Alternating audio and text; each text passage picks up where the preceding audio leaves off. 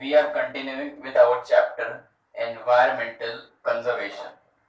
So मैं कुछ points jot down किया हूँ. यहाँ पे we are going to talk about this segment. Second would be about this, and finally the third part. We'll try to cover up these three in this video lecture. So first of all, we have to talk about this JMP. So JMP, it is nothing but Jadhav Molai Payeng.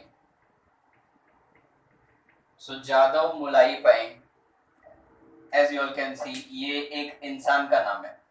So this person, Jadhav Molai Payeng, has contributed greatly towards the nature. Environment के लिए इसने बहुत अच्छा काम किया है, because of which we have to read about him in this chapter. हमने भी environment के लिए काम किया है, but उसको खराब करने का. This guy has worked for environment to protect it. So देखते क्या है. So first of all, कौन है ये? So a child was born in 1963. 1963 में एक बच्चा पैदा हुआ था. कहाँ पे? आसाम में. So 1963 में बॉर्न हुआ था जादव मोलाई पैंग इन आसाम. तो इसके बारे में लोग कब जानने लगे? When he turned 16 years. जैसे ही ये 16 साल का हुआ, I mean basically I can say 1979 में, बरोबर. So 1979, 16 years, a tragedy happened in his area. ठीक है, तो इसके एरिया में एक ट्रेजेडी हो गया, and that was flooding. Flood आ गया था. Flooding because of a river. और वहां पे कौन सा रिवर फ्लो कर रहा है? Brahmaputra. So when he turned 16 years, he was living a normal life as only. A normal life. School जाना है, ट्यूशंस जाना है, खेलना है, कूदना है. And a flooding happened when he was 16 years of age. And what he observed after that flooding is कि जो सांप होते हैं, the snakes, they burrow inside and they dig and they stay inside the soil. जिसको हम बोलते हैं छोटा बील बना के उसमें रहते हैं वो लोग. अब अगर फ्लडिंग हुआ है, it means all the land is covered by the water. So if entire land is covered by the water, यानी सारे के सारे सांप मर गए. All the snakes died. ठीक है, तो जैसे वहां पे हजारों बच्चे थे, ये भी एक बच्चा था. किसी को फर्क नहीं पड़ा, बट इसको बहुत फर्क पड़ा. 16 साल की उम्र में इसको क्या फर्क पड़ा? He was greatly hurt because इतने सारे सांप मर गए. और इसने क्या किया फिर? बाम्बू को प्लांट किया. बाम्बू यानी कि अगर तुम लोग को पता रहेगा कि बाम्बू का जो प्लांटेशन होता है उसमें स्नेक्स रहते हैं. स्नेक्स जो इस पे इजीली सरवाइव कर सकते हैं. सो उसने क्या किया? 20 बाम्बू प्लांटलेट्स लगाए. 20 प्लांट्स ऑफ बाम्बू. ठीक है, सो इसने 20 प्लांट किया बाम्बू का. गवर्नमेंट भी वो टाइम पे सामने आया. गवर्नमेंट क्या था? तो लोकल गवर्नमेंट को हम क्या बोलते हैं? Local social forestry department, LSFD. That is local social forestry department. इस डिपार्टमेंट ने 1979 पे एक प्रोजेक्ट बनाया. क्या प्रोजेक्ट था वो? कि इतना जो फॉरेस्ट, इतना जो स्नेक्स, इतने जो लाइफ बायोडाइवर्सिटीज मरे हैं, let us try to restore it. यानी कि हम नए प्लांटेशंस करेंगे. Let us try to restore it. और उनका प्लान क्या था? देयर प्लान वाज कि 200 हेक्टर लैंड पे, 200 हेक्टर लैंड पे हम लोग को प्लांट करना है. यानी कि a short jungle kind of thing we have to make. अब ये डिपार्टमेंट, फॉरेस्ट्री डिपार्टमेंट आया. जो आया तो उसने देखा कि ये जो बंदा है 16 साल की उम्र का, ये बहुत एक्साइटेड हो गया प्रोजेक्ट के लिए. तो इसको वो प्रोजेक्ट दे दिया. पूरा टीम था, but he was leading the team because he was honest enough, determined, dedicated. और वो सब देख के डिपार्टमेंट ने इसको हेड बना दिया कि 200 हेक्टर में प्लांटेशन करना है. तू तेरे आदमियों को ले and start forestation program. He was very excited and he did this. ठीक है, तो 200 हेक्टर पे फॉरेस्ट बन गया. Now what happened? जब 200 हेक्टर पे फॉरेस्ट बना, द वर्क वाज ओवर. अब ये जो फॉरेस्ट्री डिपार्टमेंट वाले थे, दे वेंट ऑफ, वो चले गए. But this guy thought Department gave up. I mean 200 hectares is already planted, department's task is done, they are gone. What if I keep on my work continued, यानी कि मैं इस work को continued रखता हूं. तो इसने क्या किया, वो 200 हेक्टर्स पे नहीं रुका, इसने 1300 एकड़ यानी 1360 एकर्स ऑफ लैंड, इतने बड़े एरिया को उसने क्या कर दिया, फॉरेस्ट बना दिया. So the task was, the project was 200 hectares. The project was completed, everyone were gone. He was left alone. But he thought कि मैं अकेला ही जंगल को मैं प्लांट्स डालना चालू कर देता हूँ, देखता हूँ क्या होता है. एंड देखते देखते डेफिनेटली बहुत टाइम निकल गया, वो 50 साल का उम्र का भी हो गया. But till his 50 years of age, एक रफ एस्टिमेशन दे रहा हूँ, 16 साल के बच्चे ने 50 साल पहुंचते पहुंचते 1300 एकड़ पे फॉरेस्ट बना दिया. अंधेरी टू CST, इतना बड़ा एरिया उसने फॉरेस्ट का कर दिया. So it is a work wherein he is not getting any salary, he is getting nothing. In fact, people used to call him fool, because rather than going to school, college and making his future, why is he so much concerned about the nature? But then his work was quite determined, quite unique, because of which he got his exposure to the world.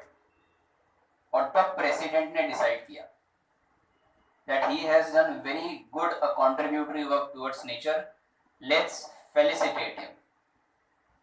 So this guy got an award which we called as Padma Shri. You all know Virat Kohli को मिला शायद. So Padma Shri is an award which is given to a person who has made country proud. So because of his this unique work of starting at the age of 16 years, ये वो उम्र है जब हम school college में अपने बच्चों को, हम अपने फ्रेंड्स को चिढ़ाते हैं, बाल में च्युइंग गम चिपकाते हैं. उस उम्र में इसने क्या किया, ये सब प्लांट करना चालू किया. बहुत इजी काम था, बट ये इजी काम एक दिन के लिए नहीं किया. He did it for years, which got the change done. एक दिन में कोई बदलाव नहीं होता है. So this change took years, but then after that what he got is very rare. हम कितना भी काम कर ले हमको ये नहीं मिल सकता है, because हम dedicated नहीं होते. At the end we think about money. This guy was not behind money, he was having an exceptional work. So he is a motivation for us. What kind of motivation does he give to us? So it's like we all study to earn. हम सारे पढ़ाई करते हैं या जिधर भी मेहनत करते हैं, our ultimate aim is to earn like hell a lot of money. पैसे में स्विमिंग करना है, पैसे के ऊपर सोना है. But the thing is, our task should always be different. Our task should be to make a change in the society, like he did. We know Virat Kohli is getting a lot of money, Mahendra Singh Dhoni, Narendra Modi. We know about a lot of people who are getting a lot of money, but if you go on comparison, they were never behind money. They always wanted to make a name. You see, all the big personalities, they always were behind making a name, and once the name was settled, money came behind. So if we are studying, our target should be to do something more than what everyone expect. Teacher ने expect किया कि मैं 200 hectare पे मुझे forest करना है, तो मैं टीचर को खुश करने के लिए 200 हेक्टर पे मैंने फॉरेस्ट कर दिया. पर मैं खुद को अगर खुश करना है तो मैं क्या करूंगा, इससे भी आगे बढ़ सकता हूँ. So it's like we have got a syllabus to study. That is from government, that is from board. But if I am honest enough, I can go beyond the boards. So that is what counts, and that is the difference. And that brings you away out from the cow. Anyways, so this is the story of Jadhav Mulai Paeng. Born in 1963 in Assam, he built a jungle of 1360 acres, because of which he got Padma Shri award. Also, the jungle is now known as Molai Jungle. Molai Jungle after his name. So I think we are clear with the story of the Jadoo Mulai. Second part, that is biodiversity. अब हम biodiversity की बात करते हैं, but biodiversity का meaning क्या होता है? So biodiversity is formed out of two words, bio and diversity. Bio यानी कि लिविंग, जो भी लिविंग है, जैसे कि हम लोग हैं, दूसरे एनिमल्स है, फिशेस है, प्लांट्स है, फंगस है, they all are living. And then diversity means varieties, simple में रखता हूँ. सो बायोडाइवर्सिटी मतलब लिविंग के कितने वैरायटीज है, कितने वेरिएशंस है. ऐसा तो है नहीं that entire earth is surrounded by humans only. It has other animals also, it has plants also, it has fungus. So we have to understand about biodiversity. ज्यादा कुछ biodiversity का हमको दिया नहीं है. We have three kinds of biodiversity. सबसे पहला biodiversity is called as genetic. Genetic has got a word called as genes. Means the species is same, but उसमें भी variation आता है. For example, I give the best example about humans. So if we compare the humans, मैं ऐसा करता हूँ कि तीन जगह के humans को compare करता हूँ. एक मैं इंडिया को compare करता हूँ, और दूसरा मैं यूएस को compare करता हूँ, और तीसरा मैं वेस्ट इंडीज को compare करता हूँ. Mixed है, but majority क्या देखते हैं हम लोग? Indians are wheatish complex, US are white. Mix है, बट मैं मेजोरिटी चीजें बता रहा हूँ. व्हाइट कलर के होते हैं वो लोग. We are wheatish complex. And West Indians are mostly tan. Tan यानी कि डार्क कॉम्प्लेक्स होते हैं. सो है सारे ह्यूमन ही. Means we all are genetically same but showing some difference. ये डिफरेंस तो ऐसा हो गया. अब फेशियल स्ट्रक्चर की भी बात करें, so we look very different from Chinese. Chinese, they look very different from West Indians, and they are quite different from the Britishers. So all this difference among one single species is called as genetic diversity or genetic biodiversity. इसका फायदा क्या है? So the main difference is because if there is more diversity, that species can retain the environment for longer period of time. अभी simple example corona का. We know that the death in US and Brazil is more than us. Why? Because it is said that their immunity is weaker. We have more cases, but death is very low because it is said that our immunity is better than them. So what I say is there is difference because of which there is a survival. वो survive नहीं कर पा रहे पर हम survive कर पा रहे. ऐसा सिचुएशन कभी आता है कि बहुत ठंडी पड़ती है, then we cannot survive but they can survive. So if there is a variation, that will increase the chance of survival. और कोई मुझे बोलेगा वेरिएशन कैसे आता है? So I will tell because of sexual reproduction. Because asexual में तो सारे same produce होते हैं. So sexual reproduction leads to variation. Genetic diversity. After the genetic diversity, second that we have is species biodiversity. अब इसका मतलब तुम लोग को समझ गया रहेगा that we are going to compare about the species, various kinds of species. Let me keep it simple. I am comparing the species, one which is eagle, which is flying in air, other which is monkey, which is on the land, and then pomfret, which is a fish into the water. So all the three are different, but all the three are equal component or equally important for the ecosystem. तो ये सारे species है animals के.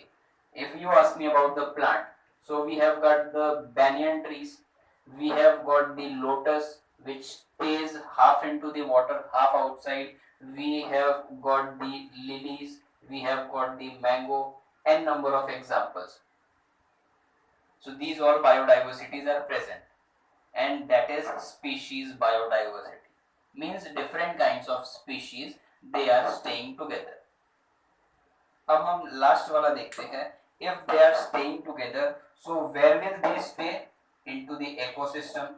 आई have told you all what is ecosystem. Is basically a place which is consisted of a biotic and biotic factor.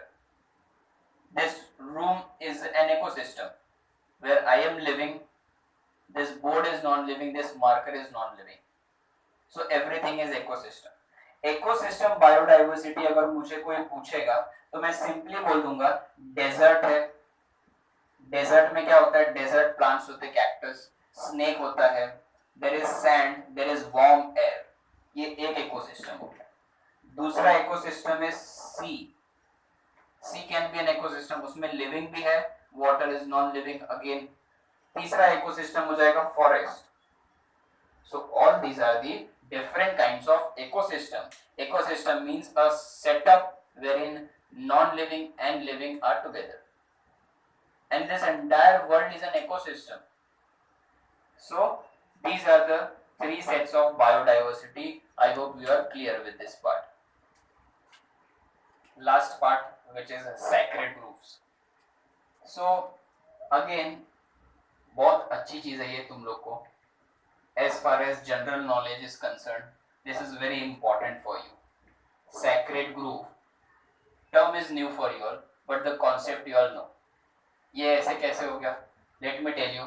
Sacred means something which is pure or something which is devotional. So it is devotional. And grooves means forest. Grooves means forest. तो फिर doubt आता है कि कहना क्या चाहते हो. सो मैं कहना ये चाहता हूं कि ऐसा फॉरेस्ट जिसकी पूजा होती है, ऐसा फॉरेस्ट जिसको हम भगवान के नाम पे याद करते हैं, that is nothing but sacred groove. किधर है ये ग्रूव? इंडिया में. This groove is present in India. कितने हैं टोटल? 13,000. यानी कि मैं ये झाड़ नहीं बोल रहा हूं, मैं पूरा का पूरा फॉरेस्ट बोल रहा हूं. India has got 13,000 forests which are protected by the name of God. बहुत फनी है ये. जो फॉरेस्ट डिपार्टमेंट जिसको बचाना चाहता है, नेशनल पार्क्स हो गया, सैंक्चुरीज हो गया, फॉरेस्ट डिपार्टमेंट मेहनत करता है कि झाड़ लगाना है, बढ़ाना है, उधर रोज कम होते जा रहे हैं. And sacred grove is such a place where the greenery is maintained throughout. कैसे होता है सुनो. एक मंदिर है कोई भी पहाड़ पे, और मैं उस मंदिर के नीचे का जाके झाड़ काटने लगता हूँ. लोग मुझे काट देंगे पर झाड़ को काटने नहीं देंगे. Why? That has got a temple. लोगों की आस्था जुड़ी है. They have got a devotional factor with that place. और जहाँ एक्चुअली बचाना चाहिए वहां पे कोई नहीं बचा रहा है. So it's like there are 13,000 forests in India which is not looked by the forest department or government. It is being taken care by local people, and that is why the name is in Guinness Book of World Record. We have maintained a world record, and that world record is that Indians are cautious enough to save their forest. उनको लगता है कि हम अपने forest का बहुत ध्यान देते हैं, पर बाद में उनको पता चला कि ये तो अल्लाह के नाम पे, भगवान के नाम पे बचा ले बाबा, वो वाला सिस्टम है. We are not concern with the forest, but we are scared कि भगवान का पाप लगेगा. So you have seen the road side trees easily getting chopped off, काट देते हैं, और उसी के नीचे एक भगवान का फोटो रख दो, कुछ धागा बांध दो, no one will dare to cut that tree. So there are around 13,000 groups which are protected by the name of God, and such kind of grooves are called as sacred grooves, which is present mostly in the western ghat. ज्यादा करके कहाँ मिलता है हम लोग को? Western घाट. Western घाट कहाँ से कहाँ एक्सटेंडेड है? From the south till the Maharashtra. So it has got all those areas. So this is about the sacred grooves. I hope we are done with this part. Now in the next lecture we will proceed with the further topics. तो बाकी जो है वो हम next lecture में बात करते हैं.